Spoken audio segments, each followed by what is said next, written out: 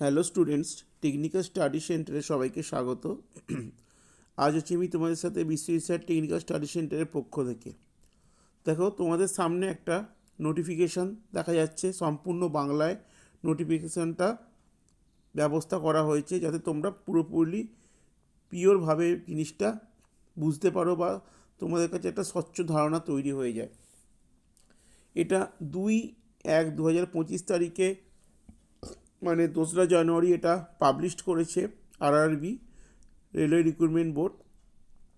তো এখানে যেটা পাবলিশ করা হয়েছে, এই পাবলিশের এই যে ইনফরমেশানটা তোমরা পাচ্ছ, এই ইনফরমেশানটা নিয়ে অনেকের মধ্যে অনেক রকম কৌতূহল ছিল।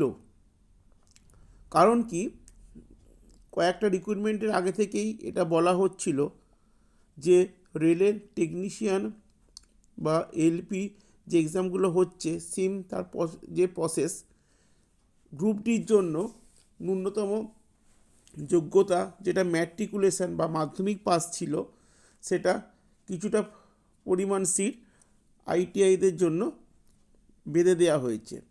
মানে যদি 100টা ভ্যাকেন্সি হয়, তার মধ্যে 70টা ভ্যাকেন্সি থাকবে আইটিআই যারা পাস করেছে, মানে মাধ্যমিক এবং আইটিআই যারা পাস করেছে, এবং যারা শুদ্ধ মাধ্যমিক পাস করেছে তাদের 30%। তো এটা নিয়ে অনেকের মধ্যে অনেক কোয়েশ্চেন্স তৈরি হয়েছে। যারা প্রিপারেশান নেবে তারা হয়তো অনেকে ভাবছে তাদের আইটিআই নেই, করাটা ঠিক, প্রিপারেশানটা করা ঠিক হবে কি না, কারণ আইটিআই যা ছাড়া তো অ্যাপ্লিকেবল হবে না। আবার অনেক নন আইটিআই ভাবছে যে তারা অনেক কম সিটের জন্য প্রিপারেশান নিতে পারবে বা অনেক কম সিটে পরীক্ষায় বসবে। বা অনেক আইটিআই স্টুডেন্টরা ভাবছে এটা তাদের কাছে একটা অনেক বড় সুযোগ আসছে, কারণ এখানে নর্মাল স্টুডেন্টরা অ্যাপ্লিকেশান করতে পারবে না। যে সব কিছু যে সাসপেন্সটা ছিল সেটা পুরোপুরি ক্লিয়ার করে দিল 2রা জানুয়ারি 2025 তারিখে। দেখো কি বলেছে, বেতন ম্যাট্রিক্স লেভেল মানে মাধ্যমিক পাসের নিয়োগের জন্য ন্যূনতম শিক্ষাগত যোগ্যতা সম্পর্কে অনুগ্রহ করে বোর্ডের চিঠি এত 14/6/19 তারিখে যেটা দেওয়া হয়েছিল সেটা পর্যালোচনা করা হয়েছে। মানে কেন পর্যালোচনা করা হয়েছে, এটা বলা হয়েছিল এখানে আইটিআই যুক্ত হবে কি না, সে তার জন্যে রেফারেন্সের অধীন বোর্ডের দ্বারা সিদ্ধান্ত যেটা নেওয়া হয়েছে সেটা হচ্ছে লেভেল 1 পদে, যেটা আমরা গ্রুপ ডি বলছি, ভবিষ্যতে সমস্ত খোলা বাজার নিয়োগের জন্য ন্যূনতম শিক্ষাগত যোগ্যতা হবে 10তম পাস।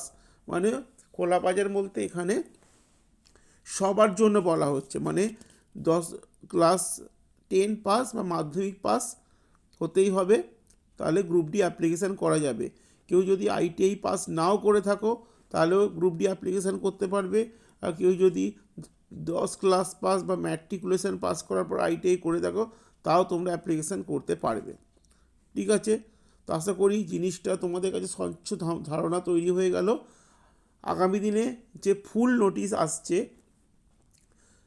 রেলের গ্রুপ ডি, তাতে যে ভ্যাকেন্সিতে এখনও পর্যন্ত 32,000 হয়ে আছে, সেটা কিন্তু অনেকটাই বাড়বে।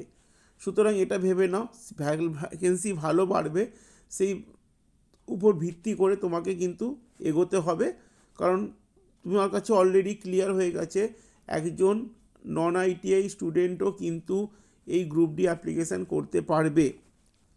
তাহলে এখন আর সময় নষ্ট না করে প্রত্যেককে বলবো, তোমরা যাদের target group D, railway group D, তারা অবশ্যই সাথে সাথে প্রিপারেশান স্টার্ট করে দাও।